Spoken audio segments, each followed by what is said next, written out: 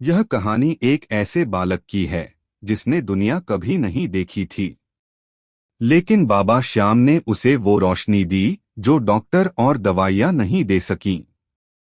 उत्तर प्रदेश के मथुरा जिले के एक छोटे से गांव चंदपुरा में एक गरीब परिवार रहता था। पिता हरिराम, माँ सीमा और उनका इकलौता बेटा राहुल।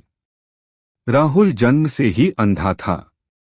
माँ की कोख से बाहर आते ही डॉक्टर ने कह दिया था, माफ कीजिए, ये बच्चा जन्म से नेत्रहीन है। माँ बाप पर जैसे दुखों का पहाड़ टूट पड़ा। सीमा ने कभी भगवान से कुछ नहीं मांगा था, लेकिन जब उसे उसका पहला बच्चा अंधा मिला तो वो टूट गई। राहुल जब थोड़ा बड़ा हुआ तो बोलने लगा, लेकिन बार बार पूछता, माँ अंधेरा कब हटेगा? मैं सूरज को कब देखूंगा? माँ सिर्फ उसे छाती से लगाकर रोती रहती। गांव वाले दया तो करते, पर कई बार ताने भी मारते। श्याम बाबा ने कोई पाप किया होगा, तभी तो बेटा अंधा है।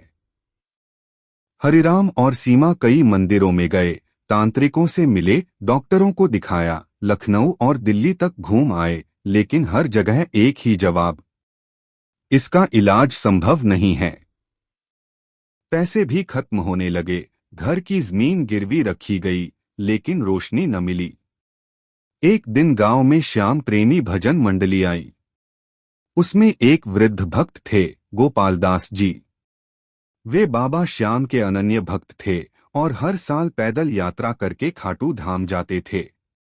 जब उन्होंने राहुल की हालत देखी तो बहुत दुखी हुए। सीमा से बोले, बेटी अब डॉक्टर नहीं, तेरा बेटा सिर्फ बाबा श्याम की कृपा से ठीक होगा। एक बार उसे लेकर खाटू धाम जाओ, वो सच्चे दिल से पुकार सुनते हैं। सीमा ने कहा, बाबा जी पैसे नहीं हैं, ट्रेन का टिकट भी नहीं ले सकते। गोपालदास जी ने हाथ जोड़े और कहा, बेटी विश्वास रख, बाबा श्याम ने चाहा तो रास्ते खुद ब खुद खुलेंगे। सीमा और हरिराम ने जैसे तैसे गांव में भीख मांगकर, मजदूरी करके और कुछ रिश्तेदारों से उधार लेकर पैसे जोड़े और 1 महीने बाद खाटू श्याम जी की यात्रा के लिए निकल पड़े। ट्रेन से सीकर पहुंचे, फिर पैदल ही चल दिए बाबा श्याम के दरबार की ओर। पूरे रास्ते सीमा सिर्फ एक बात कहती जा रही थी, हे श्याम बाबा, मेरा बेटा अंधा नहीं, मेरी परीक्षा है। अगर मेरी आस्था सच्ची है तो कृपा करो बाबा। जब वो बाबा श्याम के दरबार पहुंचे, आरती का समय हो रहा था। हजारों भक्त, फूलों की वर्षा, ढोलनगाड़ों की गूंज, और उस माहौल में सीमा ने राहुल को गोद में उठाया और बाबा श्याम के चरणों में लिटा दिया। फिर जोर जोर से रोकर कहा, हे मेरे सांवरे, तू ही मेरा सहारा है। तू नहीं देगा तो कौन देगा? इस मासूम को दृष्टि दे दो बाबा। उस दिन सीमा ने ना कुछ खाया, ना पानी पिया। रात भर मंदिर में बैठी रही, आंखों से आंसू बहते रहे, होठों पर बस श्याम श्याम का नाम था।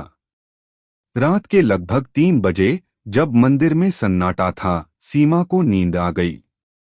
सपने में उसने देखा कि बाबा श्याम सफेद घोड़े पर सवार होकर उसके पास आए। मुस्कराकर बोले, सीमा तेरा विश्वास सच्चा है। कल सूरज की पहली किरण के साथ तेरा बेटा देख सकेगा। मेरी कृपा उस पर है। सीमा चौंक कर उठी, दिल तेजी से धड़क रहा था।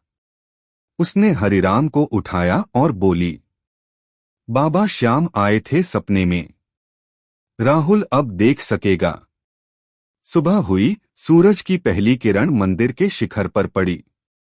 जैसे ही वो किरण राहुल के चेहरे पर आई, उसने धीरे से आंखें खोली और अपनी माँ का चेहरा देखा। राहुल चौंक गया, हाथ से माँ के चेहरे को छूकर बोला, माँ, ये तुम हो? ये उजाला क्या है? इतना सुंदर। माँ जोर जोर से रोने लगी। भीड़ लग गई। पुजारी दौड़े आए। ढोल बजने लगे। मंदिर में हर तरफ जयकारे गूंजे।